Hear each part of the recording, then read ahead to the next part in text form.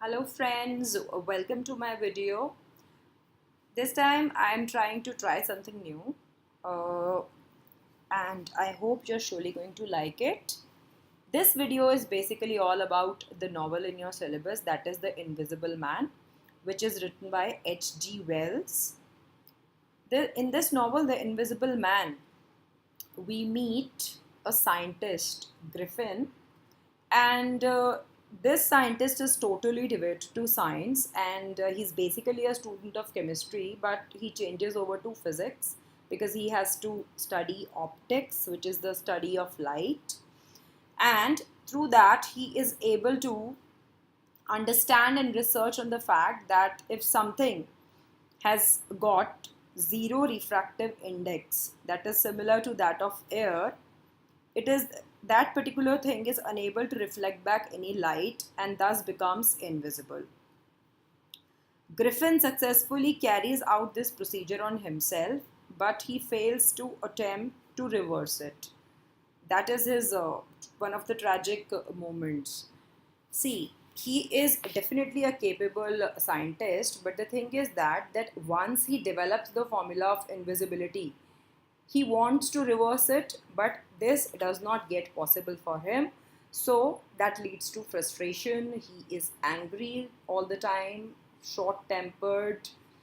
Women as well as children or any other person who comes in his way, he is brutal to them. He's a man without any feelings. So, over to the novel, The Invisible Man, chapter number 1. This chapter, the title is The Strange Man's Arrival. And definitely, this strange man is Griffin only, who comes to Iping village, which is situated in West Sussex, England. And as he comes to Iping village, he gets down on Bramblehurst station. Bramblehurst station, as we know that it's one of the stations which is there in Iping village. It is the month of February, and from the railway station, he straight away moves towards a place where he could get fire, and he definitely wants shelter, food.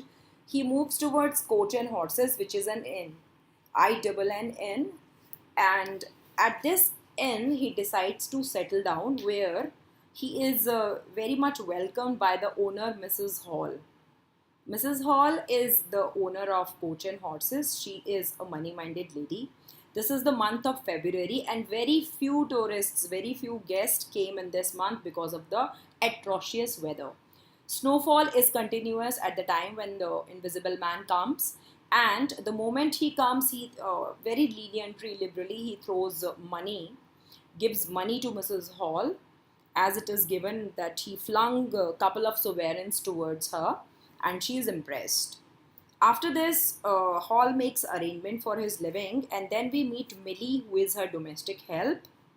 Complete name of Mrs. Hall would be given in the later chapters. Right now, in chapter number 1, we only come to know that she is Mrs. Hall.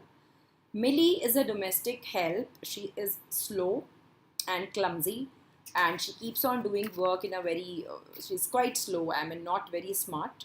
So Hall decides that she should be taking over everything. She will be preparing the meal for the stranger. She would be somehow convincing him, because as I've told you previously that in the month of February, Iping village had very less guests.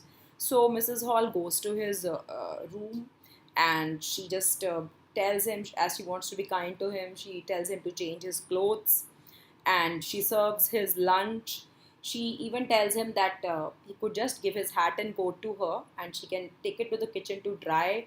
But the man somehow doesn't look ready, and he is covered up from head to toe. That is why the chapter's title is A Strange Man's Arrival, because he's covered up from head to toe. His pink nose is only visible, so he definitely looks very strange. Even though the weather is cold, but at least inside the room he should be changing his clothes and be comfortable. But he continues to be covered up. So Hall somehow, in place of asking him that why are you so much covered up, she imagines that maybe he is a victim of an accident, and that is why he wants to hide himself from people. Then the story proceeds further. We find that the man, he is covered up with bandages. He is wearing a long coat. The collar of his shirts are turned up. A hat is there. He even wears goggles so that, nothing about him is visible. Hall comes back from his room and shares with Millie that the poor soul must have met with an accident. Even though the man has not told anything of that sort to her, she again goes to his room and as she wants to clear away the dishes of the lunch, and she's about to talk to the man, but he says that he is waiting for his luggage, which is there at the Bramblehurst station. Mrs. Hall says that because of the snowfall, perhaps his luggage would be coming over the next day. He would have to wait for one more day. And then she says that the road which connects Iping Village to Bramblehurst Station, that road is quite risky and accidents were very common in that road. Last year, an accident took place and so many people died in that. She's deliberately making, she's making all this accidents and this topic she brings deliberately because she wants to further ask him that have you also met with an accident that you are so much covered up. Then she talks about Tom. Tom is her sister's son. She says he also met with an accident and he had a cut in his arm and he was bleeding so badly. Accidents are so cruel, so bad. And then her question is she's almost about to ask this question to him that what kind of accident have you met with? And the man, as we know, that he's not interested in talking about himself. In a very cold manner, he just intervenes in the middle, and tells her that, can I have some matches? So, the question Mrs. Hall was about to ask to him, that remains there itself. I mean, like, she's unable to ask that question and she is quite hurt. But, anyways, he is her guest and she cannot displease him. So, she quickly gets up and gets the matchsticks. And by the end of this chapter, we come to know that she's sitting outside and the stranger is sitting in the parlor, and some kind of strange noises are heard by Mrs. Hall. She's obviously unable to understand that what's happening, but anyways, she's happy to receive this guest because her only concern right now is money. So that's all with the chapter number 1.